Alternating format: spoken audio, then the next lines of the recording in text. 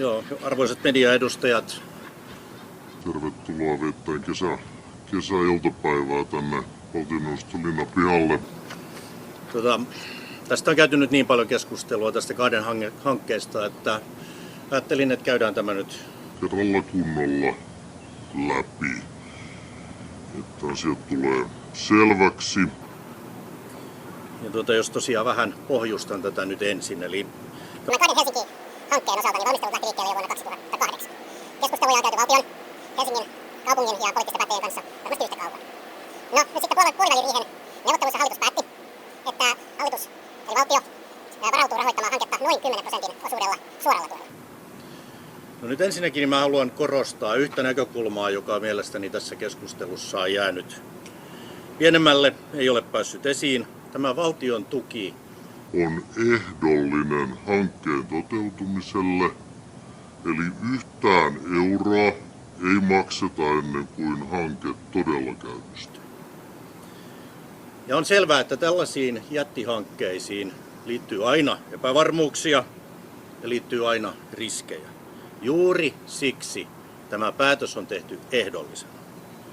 Nyt tämä valmisteluvastuu on opetus- ja kulttuuriministeriössä, jossa valmistellaan myös tarkemmat kriteerit ja ehdot. Tämän hankkeen on täytettävä EU-kriteerit, mutta myös kansalliset kriteerit ennen kuin rahaa voidaan myöntää, saatika maksaa. Ja sen lisäksi tämän hankkeen toteutumisesta pitää olla varmuus. Ja kuten sanoin, niin siis tähän liittyy useita epävarmuuksia vielä tässä vaiheessa. Siitä sen toteutumisesta, sen taloudellisesta kannattavuudesta ja vaikkapa niistä työllisyysvaikutuksista. Nämä asiat siis selvitetään valmistelussa ja sen jälkeen avustuksen myöntämisestä tehdään valtionavustuspäätös, siis tehdään erillinen valtionavustuspäätös avustusehtoin. No sitten tästä puoliväliriihen prosessista. Siellä riihessä niissä neuvotteluissa hallituspuolueet päättivät laajentaa aikaisemmin sopimaansa investointipakettia. Tämä on aika normaalia näissä kehysriihissä ja budjettineuvotteluissa kehysten puitteissa. Kokoomus toi kahden Helsinki-hankkeen yhtenä tavoitteenaan mukaan neuvotteluun tässä vaiheessa. Tätä mittakaavaan, hallitus on tällä kaudella osoittanut investointiohjelmiin 4,7 miljardia euroa. Tämä ohjelma sisältää satoja erikokoisia liikenne- ja elinkeinopoliittisia hankkeita eri puolilla Suomea. Ja kokoomuksen mielestä tämä hanke on ja oli perusteltu ja se on valtakunnallisesti tärkeä. Lisäksi, jos mietitään vielä sinne vuoden takaiseen, tilanne lienee aika lailla vielä sama nytkin, niin rakennusalan ahdingon lievittäminen oli yksi tärkeä tavoite. Hankkeen arvioidut työllisyysvaikutukset ja sen merkitys Suomen kyvylle kilpailla esimerkiksi Tukholman ja Tallinnan kanssa kansainvälisistä kulttuuri- ja urheilutapahtumista, niin nämä puhuivat hankkeen puolesta. Tämä on aivan ainutlaatuinen kokonaisuus, joka toteutuessaan Suomeen ja Helsinkiin tulisi. Se tuo toteutuessaan maahamme täältä vielä puuttuvan noin 20 000 yleisökapasiteetin areenan, jota lukuisat kansainväliset artistit ja muut tapahtumajärjestäjät edellyttävät. No nämä hankkeen toimijat, he on käynyt useamman keskustelun valtiovarainministeriön virkamiesten kanssa, suoraan virkamiesten kanssa. Ja hankkeen toimijat ovat hakeneet valtiolta joko suoraa tukea tai valtiotakausta vieraalle pääomalle. Ja näitä eri vaihtoehtoja valtiovarainministeriössä on arvioitu esimerkiksi vuonna 2024. Ja tämä kahden Helsinki-prosessi, kun tästä prosessista on kysytty niin paljon, niin se vastaa pääpiirteittäin tätä Tampereen areenalle myönnetyn tuen prosessia. Ja myös tasoltaan, sillä Nokia-areen hankkeelle myönnettiin valtion tukea yhteensä 18 miljoonaa noin 112 miljoonan euron kokonaiskustannuksista. Eli tämä kahden Helsingin osalta tämä niin sanottu tuki-intensiteetti on siten hieman matalampi kuin mitä se oli Tampereen areenan yhteydessä. Ja sitten jos mietitään, että tämä ei ole ainutlaatuista, Tampereen areenan lisäksi niin muun muassa Hartwall-areena aikanaan on toteutettu samalla tavalla ja myöskin Olympiastadionin hyvinkin merkittävä remontti. Ja kun tämä johtuu siitä, että kun nämä isot hankkeet eivät mahdu normaaliin OKM-liikuntapaikkarakentamisen budjettiin. Siksi näitä ei voida viedä siellä putkessa, vaan siksi nämä tulee erillisinä jokaisen valtioneuvoston päätettäväksi, jos sellaisia ajankohtaiseksi tulee.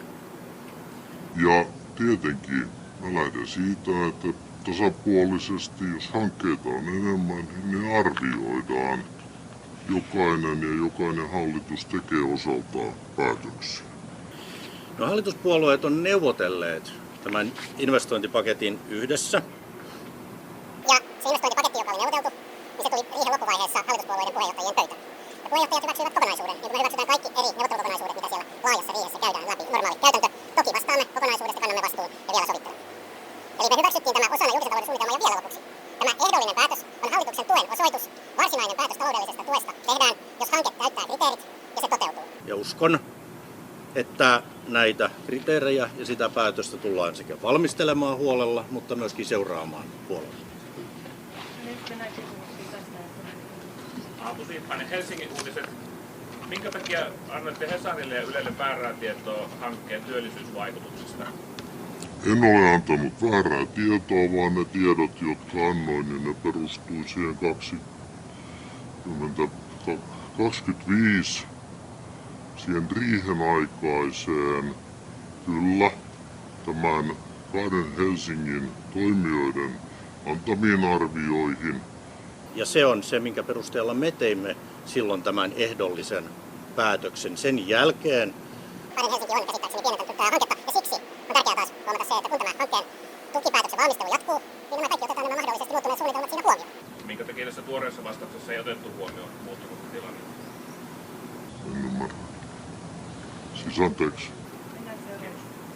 joo. Sitten oli kuka?